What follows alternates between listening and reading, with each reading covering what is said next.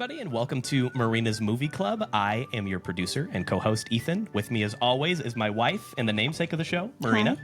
And joining us today are two very, very special guests, Delaney Buffett and Katie Corwin, the writers and co-stars of a new movie that's coming out very, very soon called Adult Best Friends. Welcome to the show. Thank you for having us. Of course. Yeah, thanks for coming on. It's such a pleasure. This is actually our first episode where we've been able to chat with makers of a movie rather than just reviewing a movie. So this is very special for us and our podcast, and we just appreciate you joining us for the conversation. It'll be really fun. Mm-hmm. Yeah, of course. Likewise, we're excited. Cool. Thanks. We met Delaney at the Bend Film Festival. Yeah, we met. Yeah, you all came to a screening. I forget which one, but I think we had two. But yeah, we met afterwards. Mm-hmm. Yeah.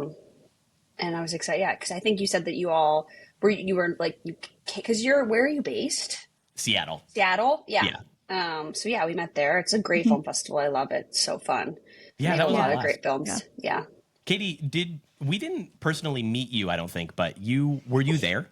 No, I couldn't go to Bend. We kind of like divvy them up. Well, no, Delaney goes to all of them. And then the producer, Marie Nikolova, and I divvy up like who can go to which one where. And I'm based in New York, so that one was just tough to get to and be able to get back for that makes sense. Other commitments. But I would love to go. Everyone that I spoke to was like, that's the one you have to go to. Bend is so incredible. And I was like, damn. Yeah, I'd agree. It was great. Yeah, I know. It was fun. The festival was great. There was a lot of really great films that we saw. We fell in love with your work immediately. Oh, you guys were very stand out above everybody at the festival. I didn't see, I guess we didn't check online beforehand. Did you guys get any awards with the Bend Film Festival? No, we did not. Oh, sorry to bring that up. We're not. No, it's okay. You won an award in my heart. Thank you. No, we've not won any awards. I had gotten like a award at QS that I had known technically that I was going to get. That was like an emerging artist filmmaker award, but we've not gotten any awards. I don't think we expect, to be honest. Like, I don't think we went into this, and this is like saving face now, but truly, I don't think we went into making this believing we would ever make I think we were scared we wouldn't get to film festivals because it's hard to program comedy. That's like more straight comedy, not, dramedy. So I don't think we expected it. I think we I think maybe we were like, oh, if we get one, it's audience award, but that never happened. Well, you won the Marina's Movie Club staff favorite. Yeah. Thank you. Finally, Okay. some people with some taste. We wanted to get you guys to get to know you a little better. So, intro question. You're invited to give a TED Talk about anything that you feel like you're an expert on, but it can't be movies. Or what are you speaking on? Movie adjacent. Yeah. That's a good question. Mine would be the Bravo universe, specifically Housewives, but also some other shows. Funny. I think I could do that very well. What? So, you specifically Housewives. Is that what you said? Have you seen a TED Talk? It's going to be a packed house. Well, it's a study in psychology, sociology. Sure. So yeah, I'd bring those lines through. Not specifically the Housewives, although that is, the foundation of my knowledge. But Summer House, Winter House, Southern Charm. I don't discriminate. I love it. Delaney, what about you? I'm trying to think. It's a really good question. I want to say dating, but my dating life is not like a positive experience. So I'm giving advice, but I'm trying to think. Yeah, maybe that, like dating in the modern. You're looking at me like, I'm not married. It's like those influencers that are like, okay, this is what you need to do. And I'm like, wait, you're single too. Like, why am I taking your advice? I don't know. I think I'm saying that because we're writing something about dating right now, but I'm super into I think Katie and I are both into psychology, and I think that's for her, she always jokes about, and I was not into Bravo for a long time, but how it is a case study. And so I think for me it would just be dating in the modern world and how it's changing, which is not a great. I thought you were going to say dog training. that was my second thing. Yeah, she's so good at it. I thought it was like, That's oh, better. here it comes. That's better. It's totally going to be That's this. better. I mean, no, both are good. I'm just Dog surprised training. because you're so good at it. I taught it's dog training. I love training my dog. That's so fun. He knows What kind of dog do you have? tricks. I have a King Charles Spaniel. Oh, that's so cute. So I go on YouTube and I train her. It's so cute. That's awesome. Does she have like a standout trick that you're really proud of? She dances. She does kiss now, which is like she jumps up and kisses you. I love it. And then she does dance. Bang. She just bang. She's very food motivated, so I don't know if she's like a genius, but she's just like, if I pull out a treat, it helps. She's like, I will do anything. I think dog training, you're right, Katie. That's better. I don't know why I said dating. I think it's just. Oh, you could do both. Multifaceted. I really don't think I could give a dating advice thing now that I'm really letting that sink in. That's awesome. We have 2 cats, and we successfully trained one of them, who's very food motivated, to sit and shake. No way. Yeah. He's very smart. The other one, I've never seen a cat do that. Smart. Me either. Yeah, one's kind very are they? pretty. Oh gosh, I don't know cat breeds. Strays. Yeah, one is like a white and orange short hair, and then the other one has like every color, and she has like a longer coat. So I don't know. Somebody can tell me what my cat is, but for now I just call them. They're orange. Yeah, we named them Ginny and Ollivander after the Harry Potter characters. So we're big Harry Potter nerds. It's fun. That's sweet. It's so cute. Yeah, it is great. So, okay, going back to your expertise in movies. We loved the film. I wanted to hear it from you guys. Maybe give everybody in podcast land a brief overview of what the movie is, maybe like a log line, like the plot, all that kind of stuff. You're better at that. All right. The movie is called Adult Best Friends. And the log line is that a woman, me, struggles with telling her lifelong best friend, Delaney, that she's getting engaged. So she takes her on a trip to break the news, but things don't go as planned. And I would say a little like a step back from that is it's a comedy that kind of explores what it's like when you have a childhood friendship and you are now adults. Like, how do you kind of edit the relationship or let it grow with you as opposed to just kind of leaving it in childhood? Yeah. Perfect. I love it. It was such a fun film to watch. We were laughing hysterically. And this was also one of the first times that we had the opportunity of like being in a packed theater in a really long time because COVID had just emptied and drained the theater industry. And since coming back, it was so fun, especially with a lot of other people who were equally as passionate. Mm-hmm. And I've had such a fun experience just hearing everybody in the uproars. And you guys write comedy so well. So really well done. Thank you very much. Yeah, it's so fun to see, like, because we're not doing a traditional theatrical release. We're doing like a series of special screenings, like in a few different cities. So it's such a valuable experience for like a smaller film at festivals to be able, especially comedy, to see it in a theater. And that's been amazing because every place you go, it's kind of a different, there's different laughs and different moments. But similarly, like, I've not been to many theaters. So just like the theatrical experience is so great. One moment. Hey, and then in the room, do you mind shutting the door, Jasmine? Hold on, my roommate's listening to TikTok videos, and I don't know. Hold on. I'm just shutting it so I can hear your TikTok. Oh, yeah. Just scroll. Okay. It's okay. Sorry. I was listening, I was like, I don't know if you can hear them, but you're like live, you're talking, and the door is open. No, I couldn't hear him. You're good. Okay, good. She was like, oh, sorry. That's our mutual friend from high school. Nice. That I live with. But sorry, yeah. And so I think it's so like to watch any comedy, and I think that's what we love, and it also is just a learning experience to like see what lands, what doesn't land, unexpected laughs. When people laugh and it's like not a joke, we're like, what the? Like, that wasn't supposed what was to be funny? Yeah, what's so funny about that? But yeah, and that's like I think that's so great. That's why it's like hard.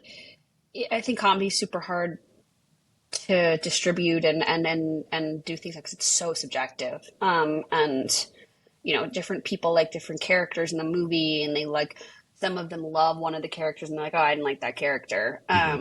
and you're like, wait, what? Like, how could you not like that character? But then I think of, you know, what I like and what I watch and the differences I have of my friends who love certain shows and I don't. So that's something you really learn where you're like, okay, I can't take anything too personally because I think about how I react to things and people don't agree with that either. So that's been a learning curve to not take things too personally. Yeah, it's like my favorite. I don't know if you guys watch comedians in cars getting coffee. Oh, I've seen that a few times. So like Will Jerry Ferrell? Seinfeld, yeah, he's interviewing Will Ferrell, and they're talking about what it's like having a what's the word? Test I can't think of it screening. now. A test screening, and then you read the notes, and it's like the first half are like, I like Will Ferrell, like I think he's really funny, and then you get to the halfway through the pile, and they're like, I don't like Will Ferrell. Like, he ruined the whole thing for me. And like every single person's like, no, I hate. Like it's just so different and so like severe. They're like, you know what? I think I actually don't care. Yeah.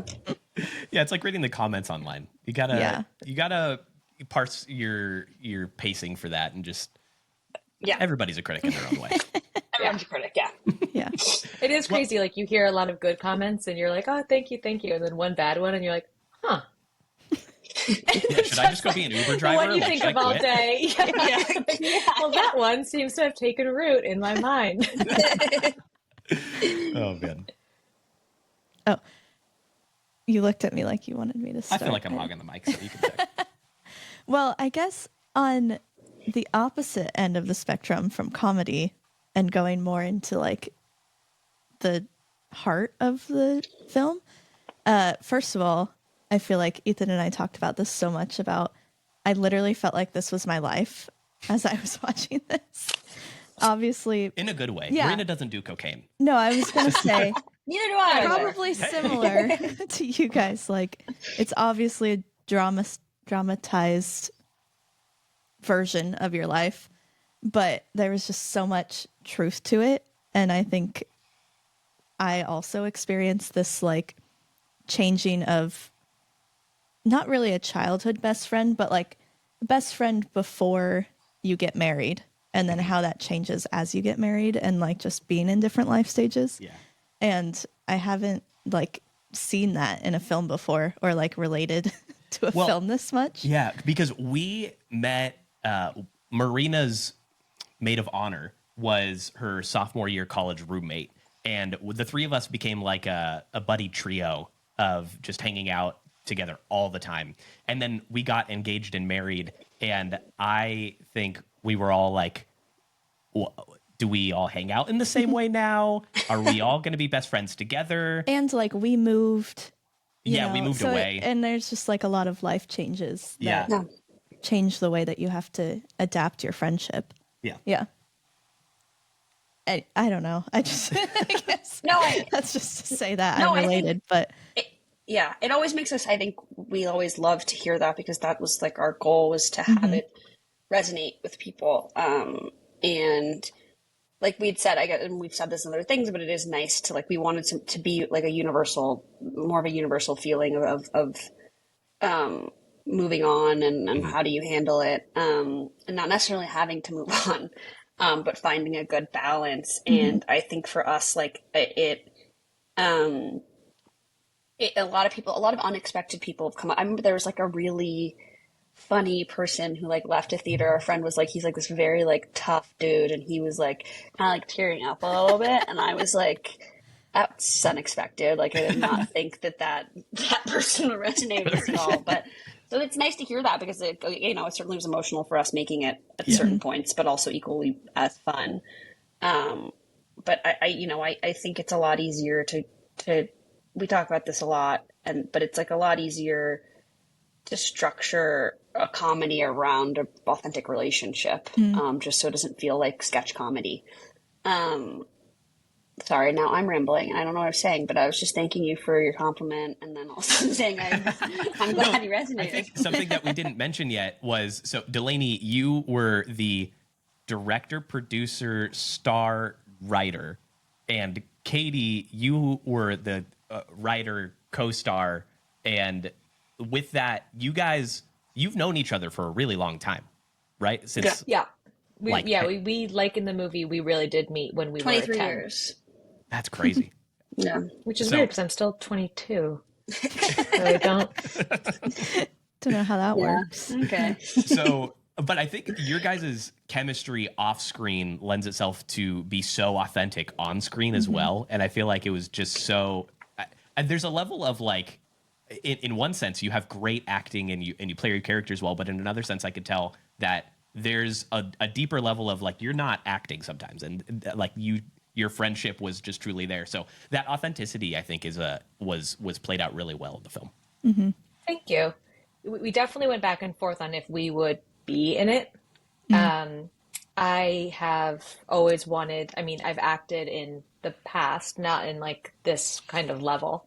And I've always wanted to do more, but it's obviously like extremely difficult. Yeah. And Delaney hasn't acted as much, but like, I always think she had it in her, and like we would do like little things together. But when you're making an indie film, it's every single turn is difficult. And basically, if you can get an established actor for any role, it like greatly increases your chances of anyone seeing the movie, of the movie even getting made. So by having ourselves be the two leads, it was, a lot of people were basically telling us not to do it, you know, send it to someone else who's more established, and you know, if you're lucky, they'll do it. And ultimately we were just like, no, like it's our story. It's literally us. I mean, we've changed parts of it obviously, but if anyone can play it with the authenticity and like the heart that we as the writers want to see in the scenes, like it has to be us. So it was touch and go there for a moment, but I'm glad we did it. And like you said, there's a lot of parts that we are playing different versions of ourselves, but a lot of the time it rings so true when we were filming it that it was really emotional. Yeah. And I think it's helpful, like, to have, like, adding on to that, like, we were discouraged to be in it, not by a lot of people, but yes. And I understand because it is a business, but it's like, you know, you might have less resources, but then you get to make more of, you know, the movie that you envisioned. It's just a lot more difficult. But I also think it helps, like, for us, we always like, well, there's a story behind the story. We are actually friends. We did actually go through a version of this, and I think that helps too, because that's like the driving force. It's like, you know, a great, you know, like when you watch a good movie or read a good script, like there's a meaning, there's a purpose behind it. And I think it was really helpful for us to start with that purpose and sort of build a story around it, because it kind of kept the heart at it the entire time. And because it was us, like we were less likely to stray from the deeper meaning of it. Because I think with comedy, it can really go so many ways where you're like, I don't really want to, like, you know, be emotional today. I don't want to focus on the sad stuff. Like, I just want to do really funny things. And it's like, no, I think every comedy has like truth at the center of it. And so for us, we always had that at the beginning, and it was very nice to have that as like a guiding light, so to speak. Yeah. Yeah. And I think that's one of the standout unique things about your film, and thinking about what gave it its strength was also that authenticity in relationship. But I think that's the thing that stood out to me the most, was just how fun it was to watch. And it felt like I became your friends, and we all like went on this journey together as I was watching. And that was just so fun. And I feel like it was one of the things that brought it to the masses and allowed it to be so, I would call it successful. I feel like you guys premiered the movie at Tribeca. And that was fun fact. Marina went to these summer camps growing up, and they had to do these camp names. And Marina's camp name was Tribeca. Yeah. Oh, wow. That's chic. It is chic. And I just think it's like it holds so much weight. And that was how was Tribeca, and how was it to premiere your movie there? And it just seems so cool. Yeah, it was great. I mean, it's great. It's awesome to be in New York City too. It's like it's a real experience. Like, we were there in June, and a bunch of the cast and the crew came, and we got to go out to dinner and have drinks, and it was amazing. And we got to meet very cool other filmmakers and see their work, and you know, still have seen them, and also like you start to see the same people at these festivals, and it's super fun because like you get to see their movies, and then like you get to see them. Like, a lot of them find success outside of the festivals and get a lot of recognition that they deserve, but you get to like see it all kind of early and get to know them as people. And again, it's always interesting to see the person behind the movie. So that's just a surreal experience to, one, premiere there, but two, it's just like you meet all these amazing new people that you wouldn't necessarily get to meet if you weren't there. So that has been super fun to sort of like build relationships with people like on the festival circuit and at these smaller festivals and get to see like their incredible work. Mm-hmm. So this was both of your guys' first feature, correct? Mm-hmm. So can you talk a little bit about what it was like to work on a feature, both writing a feature, directing a feature, and acting? I would say I thought it would be hard. It was much harder than I even thought. After the first day ended and we were in Mississippi and I called my husband who was in New York and I was like, whoa, this is going to be a slog. Like, this is hard. I mean, Delaney can speak to it more. Delaney was, just a master. Like, everyone was balancing so many jobs and she was doing that and like emotionally carrying everyone on her back, just like doing it with a smile. She can speak to that a little bit more. I would say it was really difficult. We are so lucky to have done it with our friends. The producer, Marie Nikolova, is also a close friend and she was just like a bulldog, like getting everything done. And we would end the day so tired and so stressed, but it was just so much more enjoyable to do it with each other. Mm-hmm. And it was hard. Yeah, that's the only way I can say it. Delaney, you probably have more interesting things to say. No, it was really hard. I agree. Like the first day when it ended, I thought I was like, I think adrenaline keeps you going, but because I'm like, I don't know how I'm going to sleep. I don't know how I'm going to eat. And I didn't really do either of the two. And it's I think it's such a rewarding experience because you don't go any day without feeling completely and totally fulfilled. Like, wow, I maximized that day, at the expense of your mental health sometimes. But I think having people around that you trust is so big on something that is difficult and lower budget. And when you're doing a lot of jobs, because it's like, they have your best interest at heart. That you can trust that they'll get the job done as well. So you don't have to, I think directing and acting in something is something I don't know if I would do again at this with that thing, just because like, like at some point during prep, I had prepared like more than I thought I could. And then eventually you just have to be like, okay, like someone needs to take over my producing part so that I can focus on the directing part. But then you get on set and you're like, okay, well, no one can take over the directing part when I focus on my acting part. Mm-hmm. So you just have to have people around you who are just supporting you and like picking up slack. And, there's a lot of things that there's so many questions that you have to field as a director. And that was one thing that I was not prepared for. So I kind of had to like develop a mechanism along the way of like answering questions one at a time.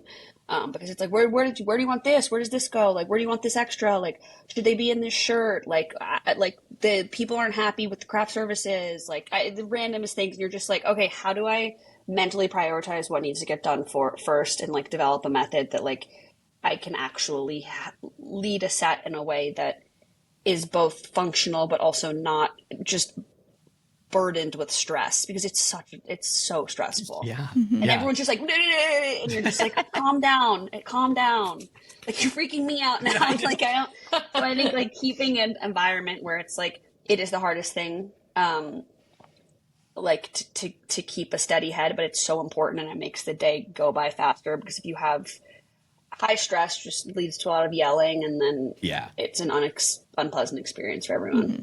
Yeah, and I've never been in a circumstance where the screaming and stress makes me work better. So I feel like the benefit, though, I think, of what you guys did was you had, from what I understand, it was a lot of your friends came together around this film because they were your friends. It wasn't like the film brought this new family together and you became friends through the process. It was friends then movie. So I feel like, how is that like? I mean, even starting this podcast, I was like, Marina, I don't know if we should work together. Maybe we should keep family and hobbies and work separate. And but what was that like for you guys? Because I think like I had mentioned earlier, that was one of the benefits of what came out like true to life in the movie. But I would imagine that was also one of the hard things. Yeah, I think. Go ahead, Katie.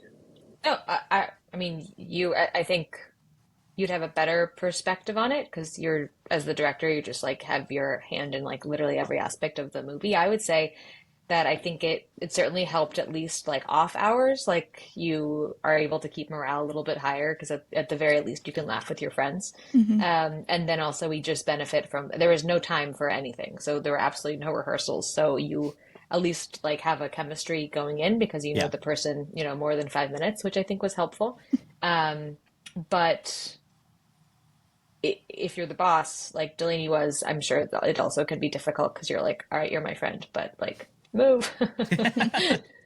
Yeah, I think like each person I was friends with before in a lot of different roles, and so I don't want to ruin those relationships. So stakes were higher too. So it's like they're my friend, I'm not, and like if they got out of hand, I didn't have to be like, hi, like listen, I was like, hey, like I don't know what's going on right now, but like we need to like finish this, and like there's no need to do this or that, or like I could be honest, and if there was something I saw that I didn't like that was happening, we had a very civil conversation as friends at the end of the day. That's cool. First. And I think, again, when you're working with friends, like there is also like an honesty that's allowed where it's like you can be like, hey, like stop, because there's no like you don't have to beat around the bush. You know this person, you know kind of their triggers and what they react to, and I even like our cinematographer Jessica, like we had a very honest conversation, and I knew things that frustrated her, she knew that things that frustrated me, but we both had a very open communication of like, hey, like I'm feeling like I'm not getting enough support here right now,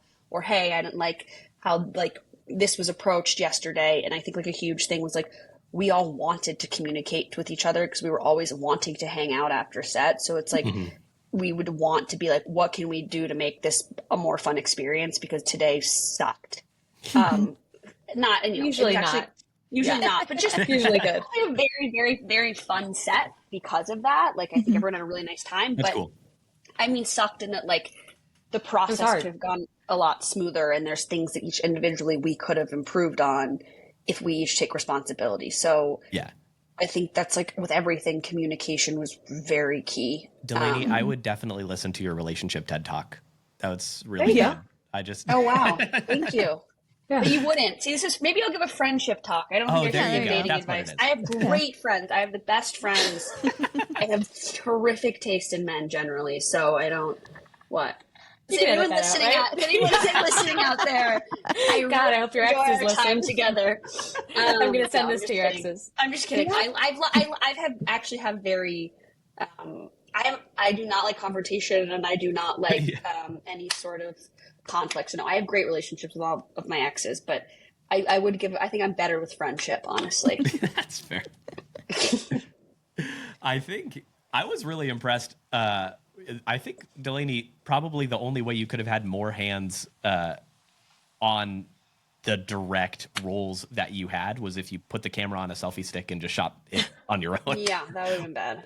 Would you suggest, one, like you talked about it being difficult and needing to answer questions one at a time, but if anybody else is kind of in this maybe like a lower budget situation or wanting to kind of pick up their passion project and just put it all on their shoulders, what was something that you took away from that process of being so involved in every role and trying to kind of do a lot of things on your own at the same time?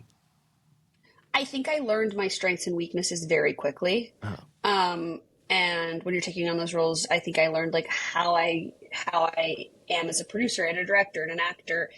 And I think there are so many different kinds of directors, and I did not go to film school. I'm not a technical director. I care less about composition and what the frame looks like. And maybe because I love writing so much more about story and character and tone, and performance. So I think that is something I learned about myself in the process that I kind of knew going in. So I would say, like, if you're going to carry everything on your back, be open about that. Cause like I kept saying to my cinematographer, I'm like, I am going to probably prioritize performance and comedy over composition and then a lot of the technical stuff. So I need help. I'm weak with that. I don't know a lot about lighting. I don't know a lot about the camera. I've shot stuff myself on smaller things like dock things, but I don't know how to set up an Alexa. So I think it's like if you go into this, just be very, very transparent about what you feel your weaknesses are with your crew that are closer to you so they can do their job. And in the end, that's their job. They're not there to just like be moving puzzle pieces. Like her job is to support, and her job is she's the director of photography. So it's like, and I had never done a feature with a lot of costume design. So our costume designer Fatima, I was like, I've never done this. Like, so I just need support and like think, just like I'll like communicate with you what I want emotionally. And like, if you could just tell me how that works. So again, I really think it's like recognizing what your shortcomings are. Therefore you can use this process to like know yourself better, but also improve upon that. Because I think a lot of people want to go in and be like, I remember like the worst thing that ever happened to me is the first short documentary that I did. Like I hadn't gone to film school, so I bought a bunch of books and we hired this like you're smiling, Katie, because I know you know what it is. My favorite. I love this memory. You want to tell it? No, please. You're doing a good job. And so I bought a bunch of books and we were going down to Florida to shoot it. And she like went to AFI and NYU, and she's an incredible cinematographer. And she's super funny. And we went down and my backpack was open and I had like a bunch of books. And then she was like, whose book is this? And it was Directing for Dummies. And he literally was like, and I have lost faith in the entire crew in that one moment. Oh no. No one's. I was like, that's not get in there. But it was funny. We laughed. And then like from that moment on, she knew that like I was new to this and that was okay. And she would have to be more hands-on with the camera work. And and again, like I think a lot of people are afraid to like act like they don't know what they're doing. But I think there is a way to balance. Like I being authentic. Yeah, being authentic and being truthful, but also being like, but I'm here to work and I do want to set examples and I do have a lot of strengths, but I want you to recognize weaknesses so you can help me. It's a collaborative process in the end. Sorry, that's a long answer. I totally forgot about the dummies thing until then. I haven't told anyone that, I don't think. So. Sounds like it's straight out of a sitcom. It's so funny. Too scripted to be real. In the future, I guess for both of you, since this was your first feature and you probably, like you had said, Delaney, learned a lot about yourselves and your strengths and weaknesses along the way. For future things, are you planning on doing more features? Are you planning on directing or acting or writing again? Do you want to wear multiple hats? Are you going to just stick to one thing and be a part of an orchestra? I mean, definitely more features. We've written more. We have 2 that basically are finished that we're just kind of thank you, that we're like fine tuning and thinking of how to actually execute. And certainly writing more. I would love to act more, produce more. I'll let Delaney answer, but I know she wants to direct more, so that's the answer. I would say Adult Best Friends was our way of getting our voice out there in a way we could control, because it's so hard to get anything made. At least also anything made that you can still creatively control. A lot of times the trade-off is it gets made, but someone else wants you to change, A, B, and C. Yeah. And since this is our first thing that we made, we really wanted it to be like a good representation of what we want to do. So hopefully after this, the features can have higher budgets and higher production value, and we can, just take it to the next level, but definitely more features. And we'd love to do TV.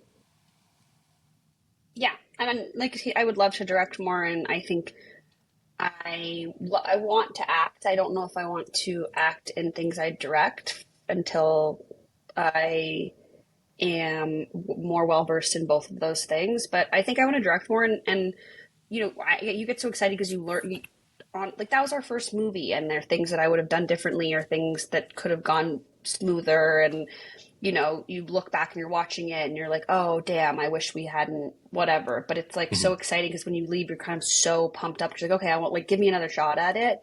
And I think we can make it better this time and hopefully with more resources. So I think we're both really excited to just sort of use this, like Katie said, to get our voice out there, but also as like learning experience to make the next thing we make better and bigger. And we love comedy. And so to be able to make a studio comedy that, you know, is authentic to our voices would be a dream come true. And I think we would love, you know, any great comedic actresses to be in that. Because we love comedy and it's fun to make and it's fun to do with each other. So, yeah, I think it's really fun that you had so much wrapped up into this. I would imagine that it's kind of like your baby being your first feature and having so many hands on it. But I think Marina, we met in film school, and I know that Marina wanted to. I guess you went into it feeling like you wanted to probably direct, and then seeing, I guess, two women kind of being in the shoes that you were hoping for yourself freshman year, stepping into that. What's the connection for you like?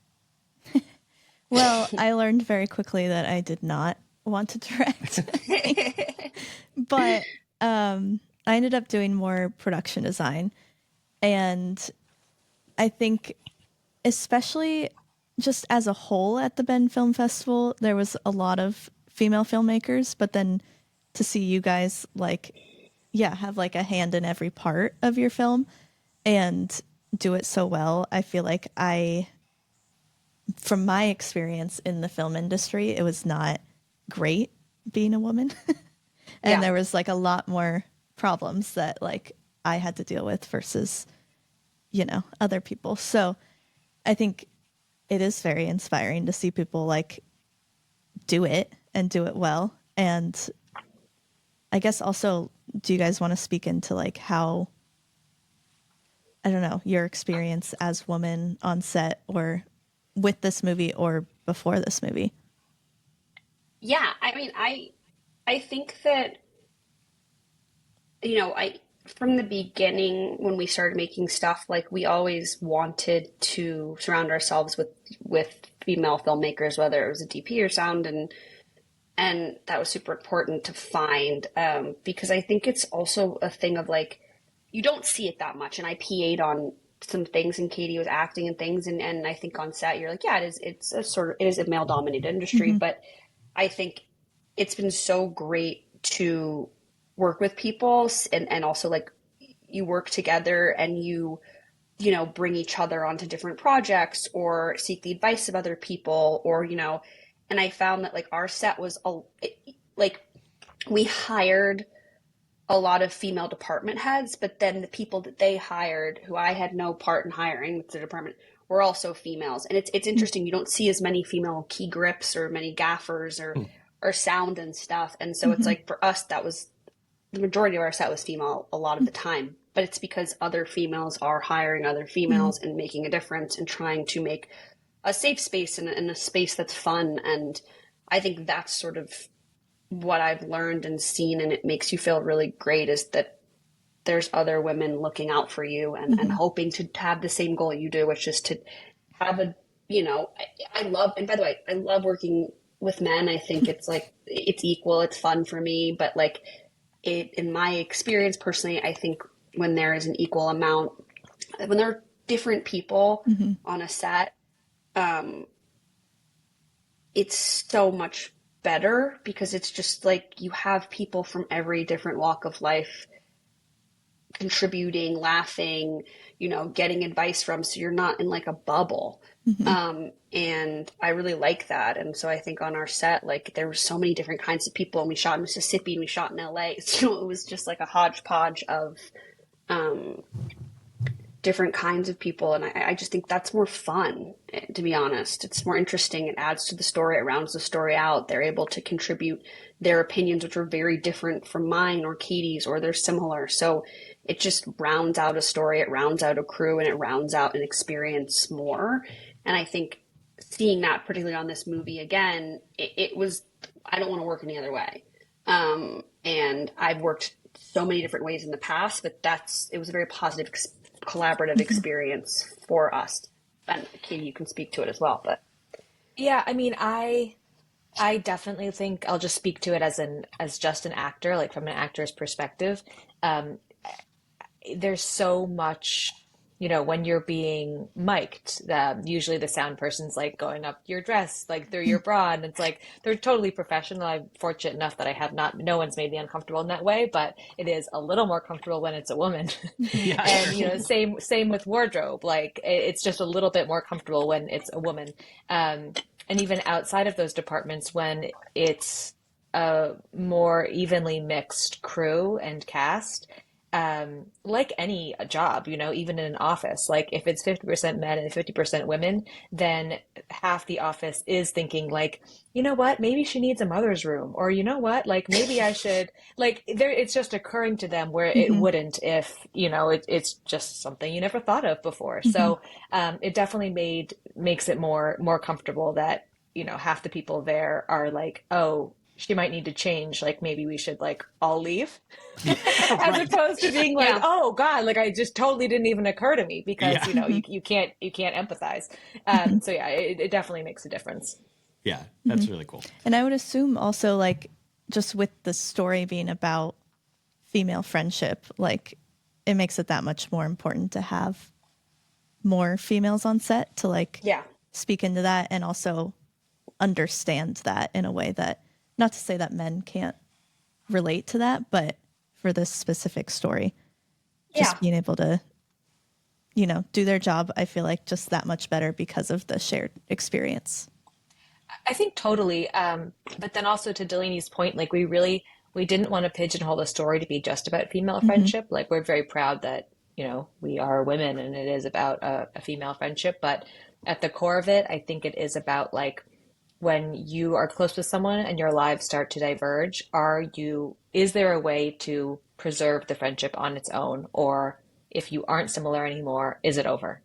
And whether that's men or women, whether it's kids getting married, getting a job somewhere, just different interests, or is it important enough for you to make the time to even have the friendship live, maybe on its own independently? So it was helpful to have a diverse set crew and cast there as well, to just, if someone else was like, I actually does kind of remind me of my friend, and it wasn't a female friendship, I was like, oh, all the better. Like, great.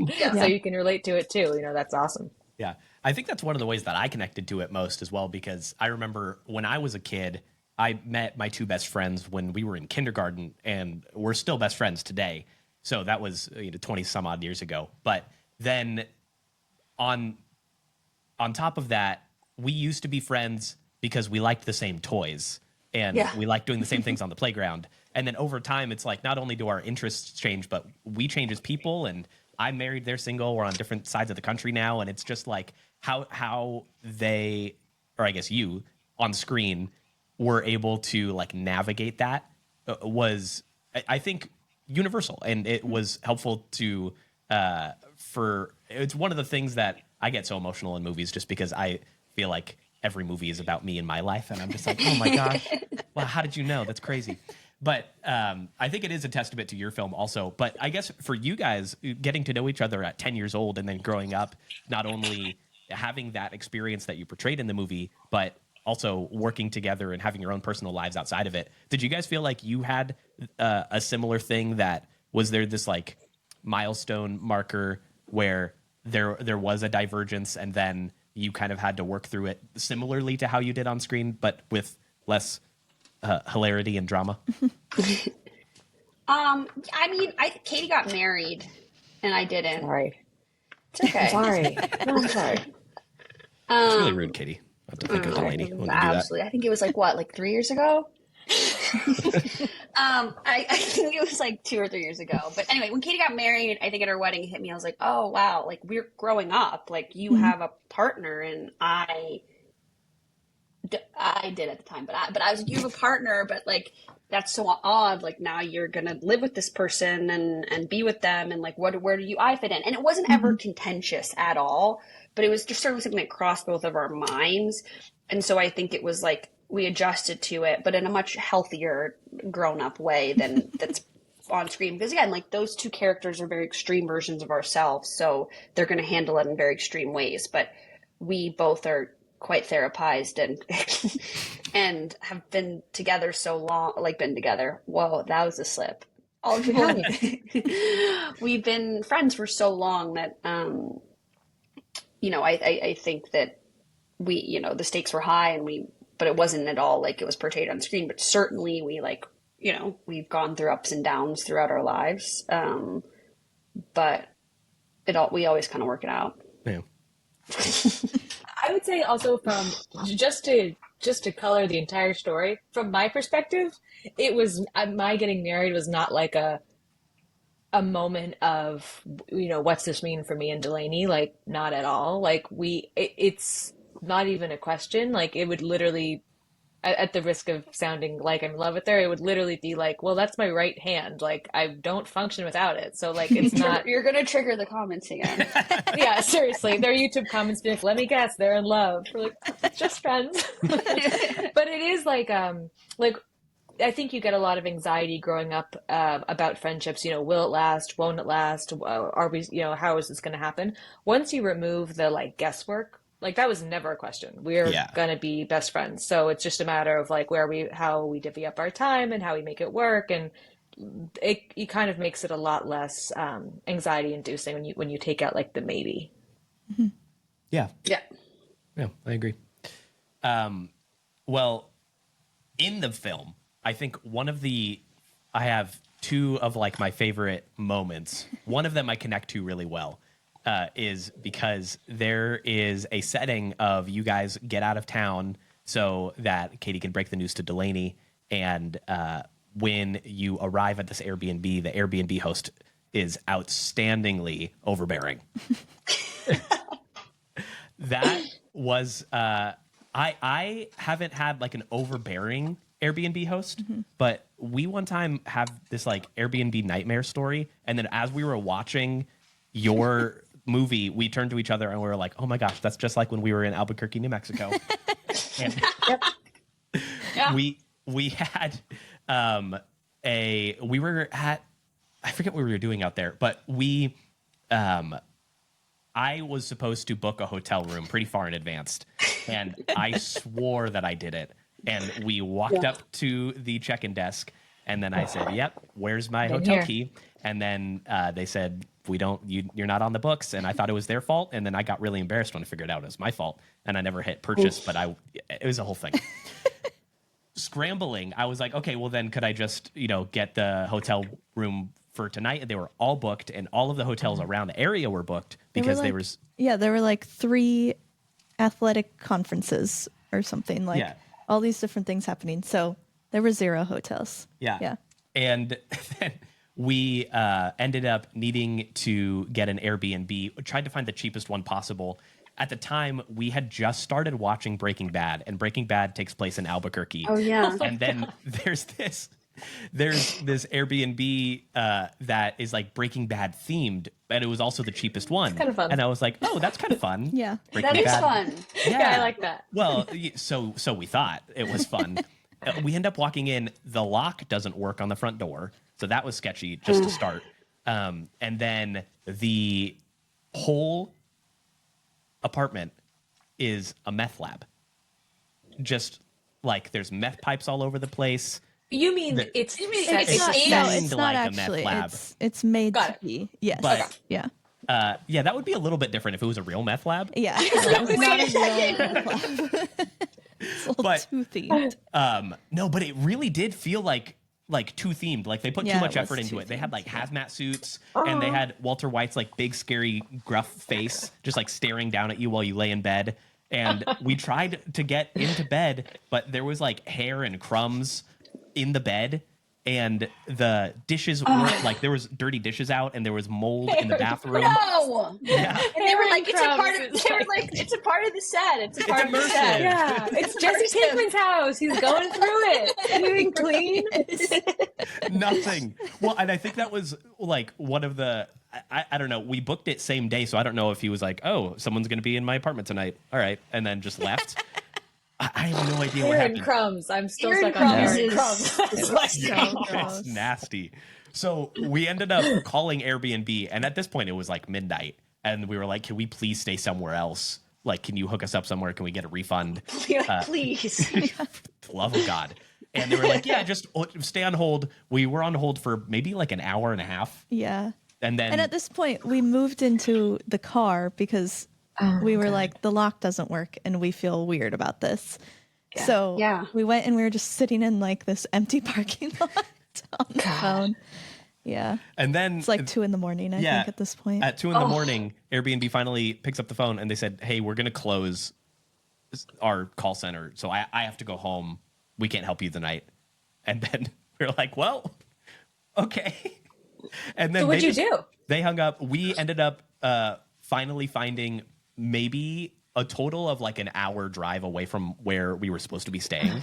We found an airport hotel that had an opening and stayed there for the night, but we ended up going to bed at like 3 a.m. Yeah, 4 or 3. God, that's the worst when you walk up to a lobby and you're like, yes, I have a reservation. And they're like, no, you don't. You're like, okay. Yeah. You're just going through your email like, I know I saw it. Like, I was embarrassed. I felt so bad that I made us do that. It's terrible. And also, like, there's so many, like, we were joking, like, we were going, because we're going to Houston tomorrow for a screening, and I was picking out an Airbnb, and, like, it's just, like, the comments and the reviews and some are, like so there was funny. no privacy. Like, you watched through the window, and you're just like, I wouldn't have read them. I would have booked it. And Katie was like, no, we need to check these out. I always read them. It's always, like, 5 stars. Incredible stay as long as you don't mind being watched. I'm like, whoa. Like,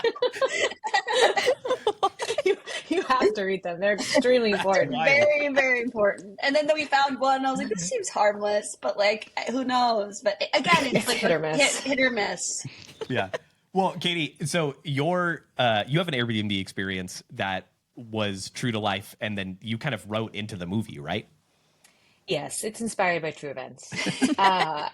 It was an Airbnb that my husband and I had for like a long-term stay, and it was a private space, like independent. Like you should be.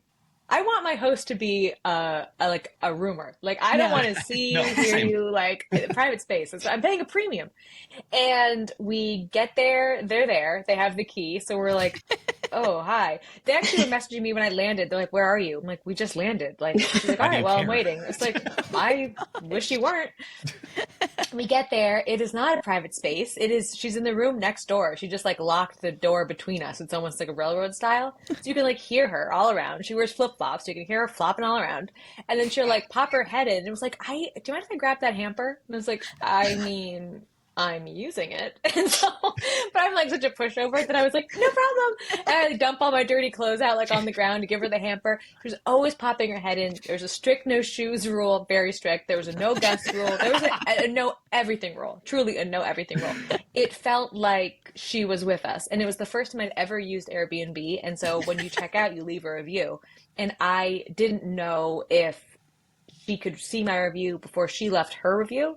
And if she left me a bad review, you can like never book again. Yeah, right. So I was like, oh God, okay, like I'm just gonna have to be very kind of covert with my review. So I gave her a good review. This is why you read them.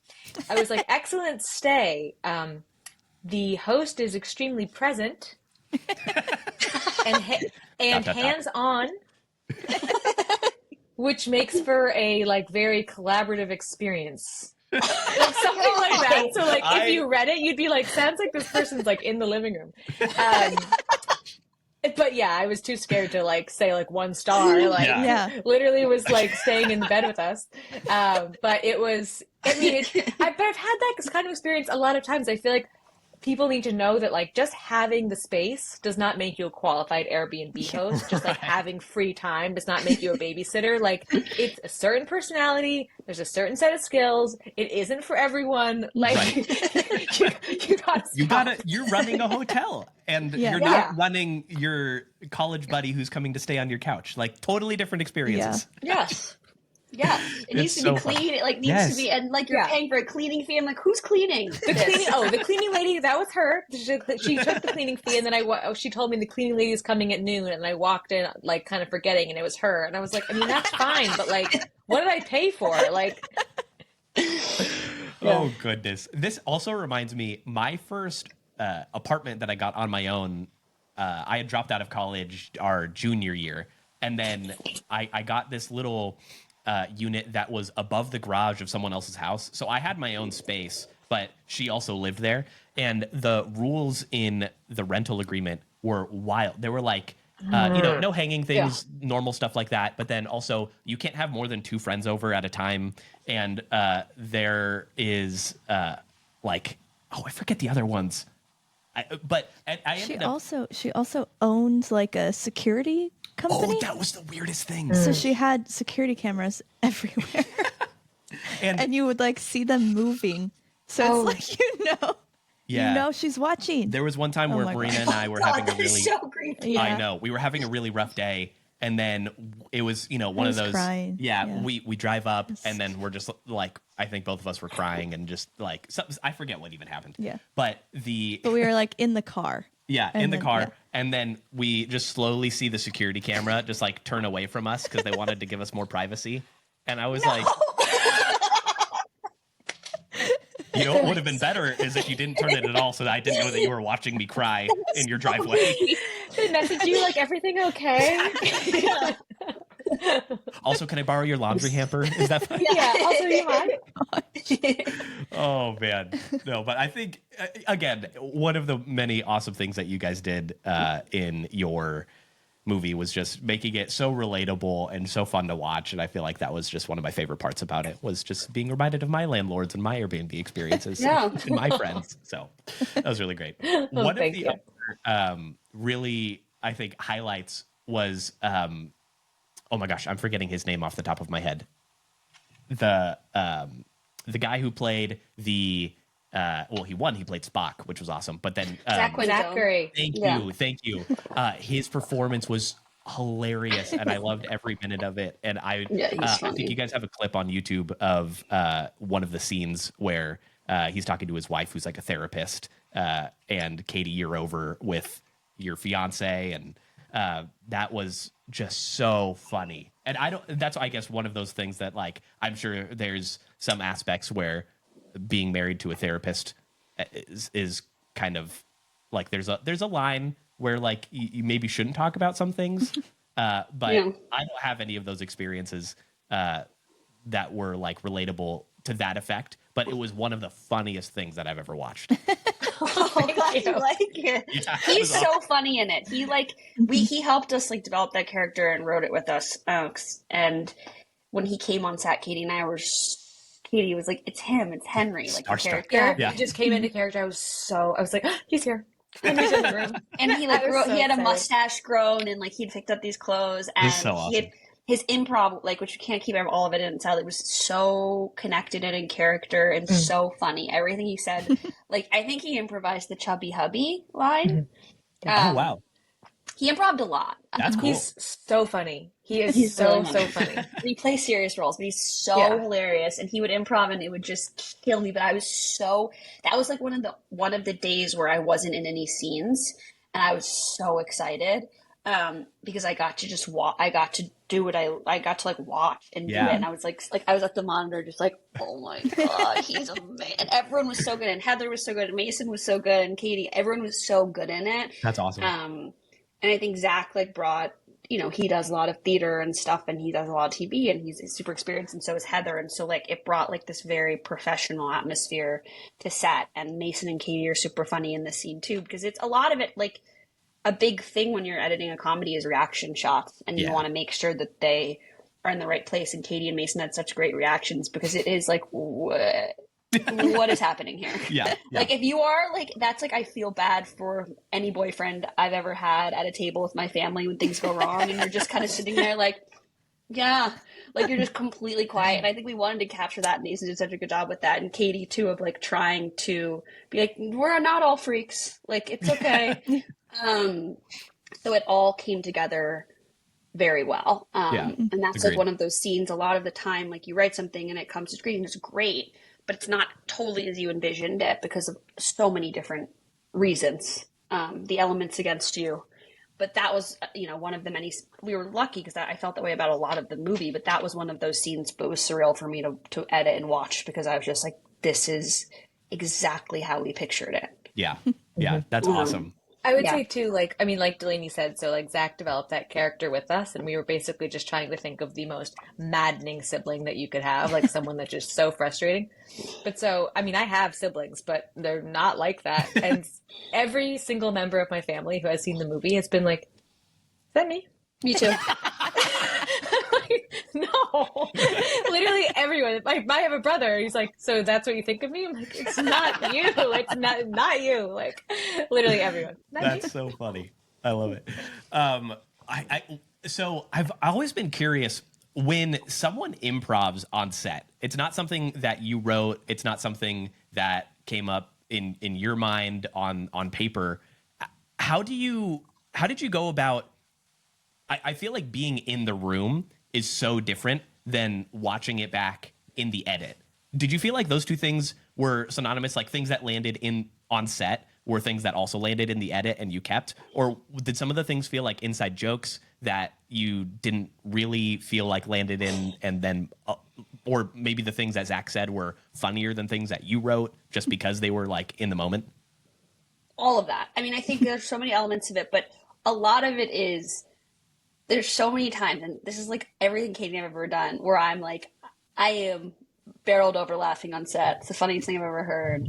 The improv, like I get it in the edit, and I'm like, huh, was I like high or something? Like, this isn't really working. Like, and it's still funny, but like you said, it's usually an inside joke, and it's usually funny because of the circumstances on set. And you're so tired and like over caffeinated that you're just like manically giggling. Yeah. And then when you're rested, you're like, well, that's not funny. Right. Yeah. But and I think like, again, it's like it feels funny in the moment. It doesn't work with the story. And when you're doing comedy, you have to be careful about just shoving jokes in that you find funny, because most of the time, and then, that's why you test screen and you show people, and like, Carmen Christopher's in the movie, who plays Phil, the dad at the bachelor party. He's so funny, and like we loved him so much, and our producer Marie loves him, and so it was very difficult to edit him because we were so fond of him, and that would just trickle in with everyone. But I think he's so funny. I think our friend Corey is so funny. I think anything they say would crack me up. But then you have to be like, this movie's not just for you and your friends. This is for an audience that has no idea who these people are. Yeah, right. So as much as you want to keep all of your jokes in there and all of their jokes in there, and they're really cracking you up, like you have to choose, because then you don't want to like shove a bunch of jokes in that don't work. And you kind of want to make sure that you're choosing your favorite of those funny lines. But a lot of improv made it in. Like Carmen Christopher improv'd a lot.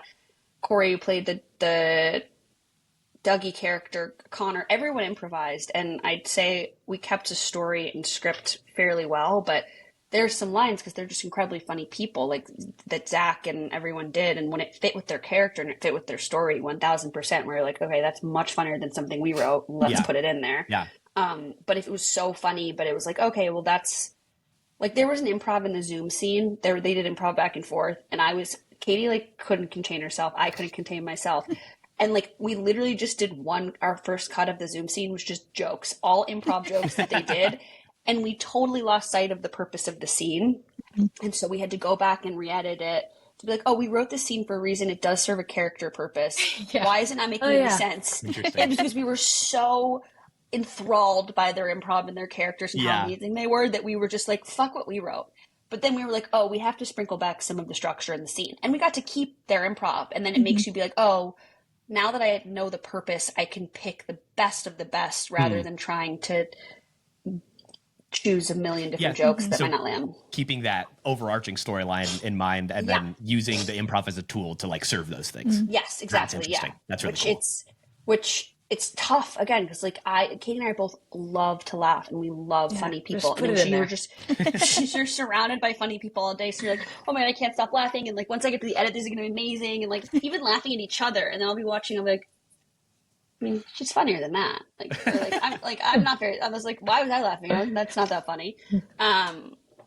So yeah, I think it's like in the moment, and you just have to be careful. And you have to have a very good, great objective editor. And that's the great thing about editors. Most of the time, they are that third voice that comes into the room that is like, okay, this is working. I understand that you thought this was funny on set. I was not on set. So and I don't find it funny. And I don't find it funny. Yeah. That's awesome. Well, if you guys at home listening in podcast land have not been sold yet, I would highly recommend go on YouTube, look at the trailer, look at the exclusive clip. It is a awesome movie. I think it unashamedly is like probably on my top 20 at least of like just movies, period. Yeah. Wow, thank you. I really nice. enjoyed it. It was so fun. We were kind of commiserating that it wasn't out yet because we were thinking like, how can we get our friends to watch this? Like loved every time there's a special screening, I'm like, how do I get everyone to like road trip to California? We had so much fun, and I think part of it was the experience at Bend and that film festival, but the other part was just it's a great movie, and we loved it, and we fell in love with you guys, and we were trying to like hypothesize like, can we get like a digital access pass to watch the movie and stream it with our friends live somewhere, and but luckily if you want to do that, like we could probably arrange that sounds fun. Oh, yeah. But also, we'd love to support you guys, and you guys at home can also support them by streaming it. I think it goes live February 22nd. Is that the date? It goes live February 28th. It'll be available on demand, so like TV on demand, so Prime and iTunes, and it's available for pre-order on iTunes now, and then you'll be able to watch it on the 28th. 28th. And our website... adultbestfriends.com. What? Sorry. Should I take it back? Don't go to Oh, yes. On our website, there's like screenings if you're in, we're going to Houston and New Orleans, Cincinnati, Indianapolis, Brooklyn. All over. It's fun to come see it screening, but if not, it's a great movie on your couch too. Yeah. We're excited to get our friends to see it. So we could definitely look forward to that. Guys, thank you so much. But before you go, I have one more game that I was hoping that we could all play together, because you guys in the movie played a really fun game that Marina and I have been playing kind of ever since. And this is where on Instagram, you guys are on the couch. It's a fun game. And you are trying to guess who posted this post only based on their caption. So we dug through and super stalked you guys like you were our exes, and found Instagram captions this is crazy. that you guys posted from years ago. And, oh my God. So the game is you have to guess whether the caption is from Delaney's post, Katie's post, or someone from your cast or crew. Yeah, there's a few of those. Just a couple. I have the worst memory ever. Katie, you're going to be so good at this. Okay, so I'm going to try to keep track on my phone, and we'll see who wins in terms of You look points. so excited and so smug right now.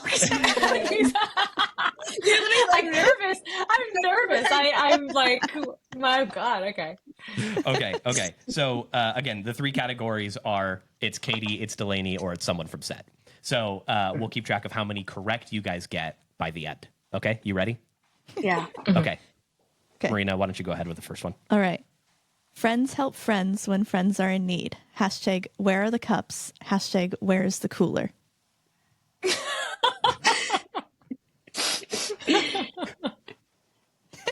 not mine. It's not mine. I think it's either yours or Marie. I think it's Marie. So you're both saying Marie. Final answer. If it's me, I'm gonna be worried about. No, I think it's Delaney. I think it's just from a long time friends. Ago. How long ago? When I was using hashtags, where's the cooler? Could be some weird thing in college. It could be when you were a soccer mom for Halloween. If that's right, you've got a serious memory thing. No, I mean, I'm just maybe because there'd be a cooler. We're supposed to not be on each other's team either. I think it's me. Okay, so you're both saying Delaney? Sorry. Okay, yeah, it's Delaney. We're both saying it was me. I'm bright red right now. Yeah, you're correct. Wow. All right. That's 1 point for each of you. Well done. Oh my God. My hair. Wait, also, I think that, if I remember, that picture is you drinking out of, it's like a 5-gallon container of water or something like that. I think it's in Costco. Maybe. I don't know, but it's upsetting that I don't remember. Oh, that's funny. Okay. Okay. What's the next one? Regressed emotionally, but finally got an air fryer. Is it you? I do have an air fryer. That's you. That's definitely you. I don't remember that. I think that's you because Marie doesn't have an air fryer. I don't have an air fryer. And that sounds like something you would. That's Katie. It does sound like me. I was worried that you guys post. would remember all of these things, but I'm glad that we went see, far back I could enough. see that as my way of saying that I've gotten older. Okay, One maybe time, it's Katie. One time, an ex-boyfriend was like, "You're." What did he say? Yeah. It was so. He said like nobody understands. Nobody understands your He said captions. your or something. Instagram captions are very highbrow. Highbrow Instagram captions. Is it Katie? It's definitely you. It's me. No, it's Connor. Damn. Wow. I also, got you an guys air have fryer. similar Yeah, commenting I could. styles. That would be my second guess. Wow. This is a great game. Keep you Oh, on hey, you came up with it. We've been playing it. Right. Sorry. Kudos to Edit yourself. that out. Oh God. Okay. Trying to look famous, smile like a teenager who's ashamed of her braces. That's me. Oh, you know that one. I remember that one because I still think about that whenever I do a soft smile. It's so like There you go. She's it's famous. so like teenager. Yeah, you purse your lips. Yeah. Oh, that's great. That's so funny. Yeah, Okay. that's good. Great. Well, 1 point for each of you, right? That was correct. Yeah, that was Yeah, correct. nice. Yeah. Because we got that one wrong. Okay. I'm not a businessman. I am businessman. Hashtag TBT. That's me. I feel like it's Katie, yeah. Borderline unacceptable, but it was a long time ago, and it's a picture of me as a child. Baby Yes, Katie that being is absolute correct. business man. Okay. To the Oktoberfest we ain't ever had. That would be me. I feel like That's it's a gotta be college Delaney. post. Yeah. Also correct. Okay, you guys are killing it. You're on a streak. I know. You're just. Are they just tied? Yeah, you're tied. Okay. All right. The aesthetics of the Waffle House are not lost on me. Sounds like Connor again, honestly, but let me think. Marie, I don't know if it's. I don't think it's one of us. The aesthetics. It could be mine of the Waffle House. Wait, I know who it is. I remember this post. It's Mackenzie, maybe, our production designer, or it's Jessica, or Mia.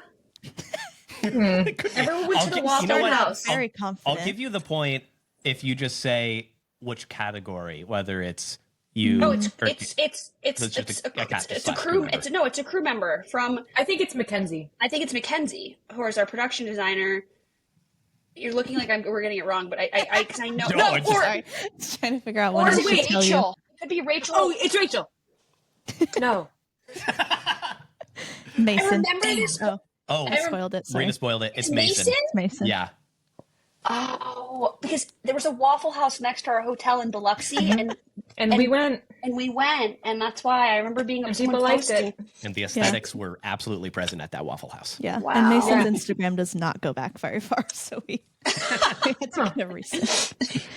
All right. You're still What should we tied. do? I think Yeah, I don't we'll know. stop the game when one of you guns ahead. We might be here for a long time. Next point wins. Yeah. Okay. Tuscan chicken sandwich with hand cut fries. That's mine from Australia. When I was at the Chili's in the airport. Wow. That's so specific. Must have been a hell of a sandwich. Am I right? Yeah, it's Yeah. the lady. The best part is it's like a Applebee's, I think. half-eaten sandwich. Like you went halfway through and then you're like, this is good enough to post on my Instagram. Yeah. That was like that's the year Instagram came out. That was like 2012. So I didn't really Still know what I was figuring out how to doing. use it. Yeah. Airport Hashtag sandwich. hand cut fries. Okay. Modesty is the new black. Hashtag ankle length. That's, Katie? I think that's me. It's a picture of us all wearing like maxi dresses before they like were really necessarily popular. So we thought we looked Oh. like Oh, really sorry, 1 conservative, second. but Sorry, we I didn't actually know just you look were- normal. Is I that didn't know right? you were so cool and a trendsetter. I think that That's is I'm pretty Yeah. sure because we thought it was like novel. Like, look at our long dresses. Did you? Is that right? Yes. Yeah. Okay. We're not as funny as I thought we were. No, but we're as self-involved as I thought. You're like, that's me from 7 years ago. It was August 14th. I was halfway done with my sandwich. I'm like, I can picture it. My hair's in a bun. Yeah. Hashtag TBT to my Keira Knightley haircut. ... If you can't make out what my shirt says, quote, rub my tummy for good luck, quote, with a picture of Buddha. ... Me. The outfit is made cooler by the denim skirt that isn't visible in the pic. That's me. I used to have a shirt from Urban Outfitters. I actually have the photo right here. Oh, you This have is a it? photo. Yeah. This is a photo that Katie got for He me. looks like Donnie. That's me, right? Yeah. That's awesome. And that's Katie. Yes. Katie got this for me. But that's not I love it. But that's yeah. I don't know if this game is ever going to end. You guys are just too good. Fun game. No, Peter. All right, maybe we do one or two more. See if try to pick something that Doesn't explain. yeah. Well, it's something hard. out of context. That's what I tried to do the whole time. That was the whole thing. That's what I'm trying to do. Okay, a study in backlit bedhead. Be in backlit bedhead. Not me. I don't think it's you either. No, it isn't. But what kind of genius is writing that? Backlit bedhead. Backlit Could it be bedhead. Connor? Backlit bedhead. Cassie?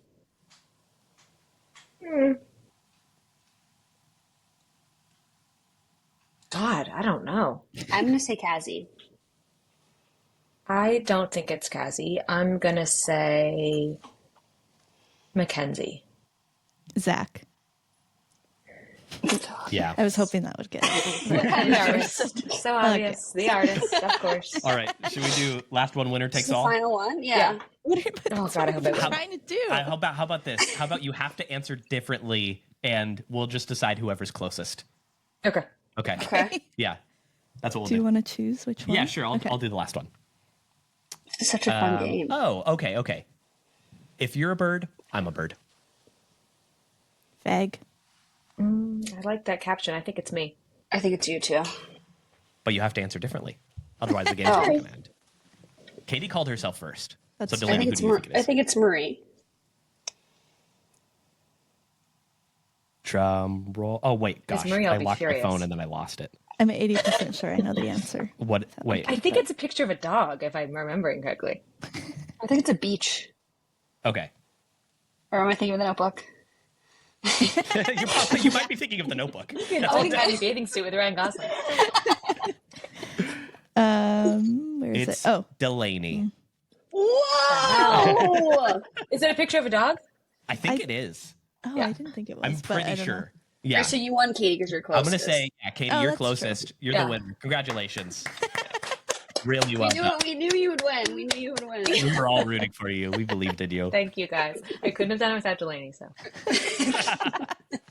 Well, guys, this was so fun. I'm just so Yeah, grateful thank that you. you took the time to join us on the podcast. Thank you for having Especially us. our course. little show. This is like a breakout moment for us too. Oh, wow. Well, thank you for having us. We had so much fun, and that game was amazing. Oh, no. Hey, props to you for the game. Yeah. We loved it. Thank you. Well, hey, everybody at home, February 28th, mark your calendars. Get ready. You can watch it on Amazon Prime, Apple TV. Look it up. Adult Best Friends. Make sure to gather your friends together. Watch it. It's a hilarity. It's such a great time. Guys, thank you so much for being on the podcast and sharing more about your experience. How can we keep in touch with you in the future for updates on other projects and how we can watch Adult Best Friends? You can go on Adult Best Friend. I did it again. You can go on adultbestfriends.com, or you can follow us on Instagram. Mine's just Delaney Buffett. That's it. Mine is at Katie Corwin _ Love it. And we'll have Corwin all was of taken. these underscore. We will have all of these links in the show notes below, so make sure to go check them out. You can find more about our podcast at marinasmovieclub.com. But until next time, thank you guys so much for joining us, and we will see you later. Bye, Katie. Bye, Delaney. Bye.